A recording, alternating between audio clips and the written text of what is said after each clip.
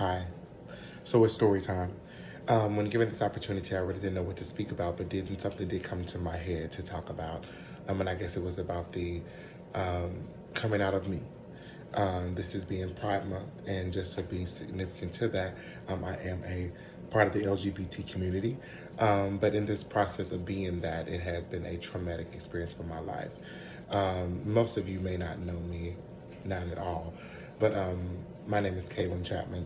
I am born and raised in Memphis, Tennessee. I'm 28 years of age.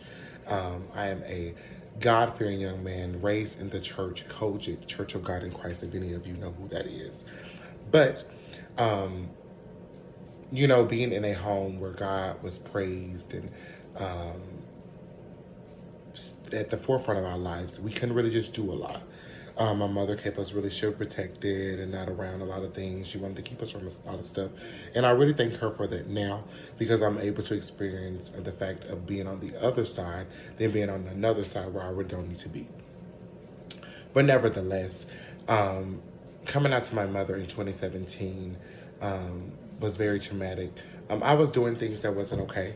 I was sneaking my partner in the house. She would catch him. I was really being defiant in a lot of ways. I wasn't being the son that I knew I was supposed to be and what she raised me to be.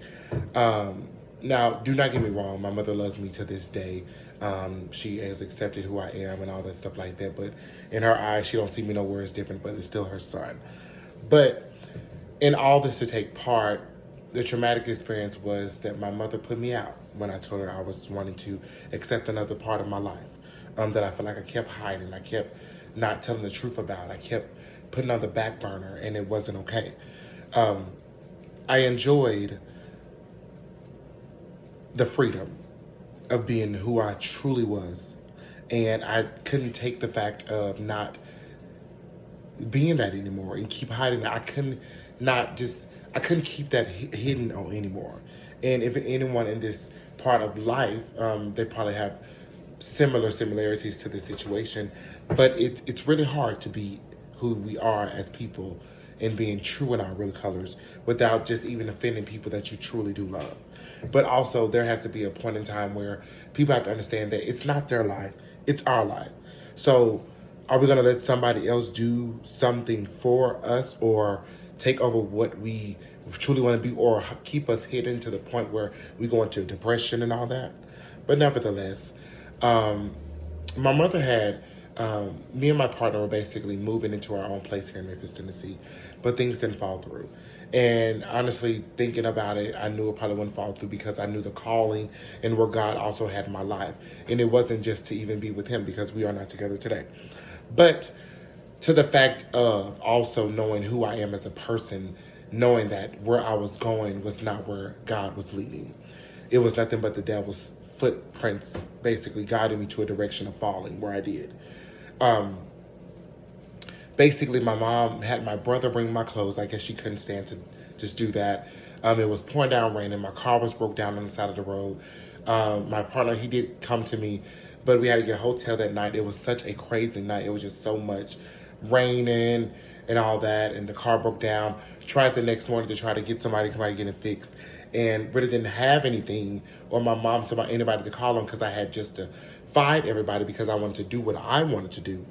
And just even in a moment, we can't always do what we want to do when we have a calling on our life, when we have a path where God has kept us in places to keep us steadfast and unmovable in a presence where he wants us to be.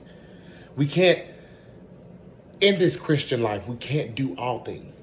Yes, gayness is a sin, but is it truly a sin? To the fact of God is still blessing. God is still doing miracles. He has not left my side. He's always here with me when I do not ever expect it. So I don't know, but I know he loves all his children. But in the same case, that same day, me and my partner, we had to put our money together to get one-way ticket to Texas. And I moved to Texas with him, and it was a very traumatic experience crossing over the bridge of Memphis, if anybody's familiar with that bridge. And we promised in each other that we were all each other had, which we were. And I really didn't know what I was doing. All I knew was that my mother taught me how to survive, and I knew going down here, I was going to make it. I was going to do whatever it took to survive. But got influenced in some things that I should never got influenced in, did a lot of things that was not okay. But I'm here today, to the point where I was taken down by somebody that I thought that really truly loved me, to the point where it was abuse. There was emotional abuse. There was physical abuse. There was hurt on so many parts. There was so much chastisement, so much on the back end of doing something that they weren't supposed to. It was so much. Living on an air mattress, not having any furniture, going to the plasma center every other day so I could have money to feed us. I really didn't have a lot of help. But these were the strengths that I had to even survive for myself. Stealing food out of the grocery store and all that. To be here today, I left Tennessee State, and not just to jump spaces, but making this very quickly. Left TSU, Tennessee State University, in 2017, and all this also occurred too, with a 1.7 GPA. To be coming back to Memphis in 2019 and having a dedication to myself that I'm coming back here to do this for me, to get in a job in security, to get in a job as a leasing agent, to get in a staffing job at Flex, which is a warehouse in Memphis, Tennessee, to get in a job at Regions Bank, to get in a job at Trustmark Bank, to finally in transitioning to my own place, to finally getting a job in another stable company, which is Raymond James, where I am now, to enrolling into school, being an honor student, making the president's list 2 years in a row. I'm leaving out a lot of stuff, but to see the remarkable story as to where I am now, to also moving into a newer place where I am now, to God showing who he really is for me, from taking me from the enemy's arms or where he had me, to bringing me to a new light, to where I am successful, where I am gaining more accessibility to my life as to this degree that I'm pursuing, and I am going to finish. But to be here, to see that I am progressing and doing the work that I'm supposed to be doing is remarkable.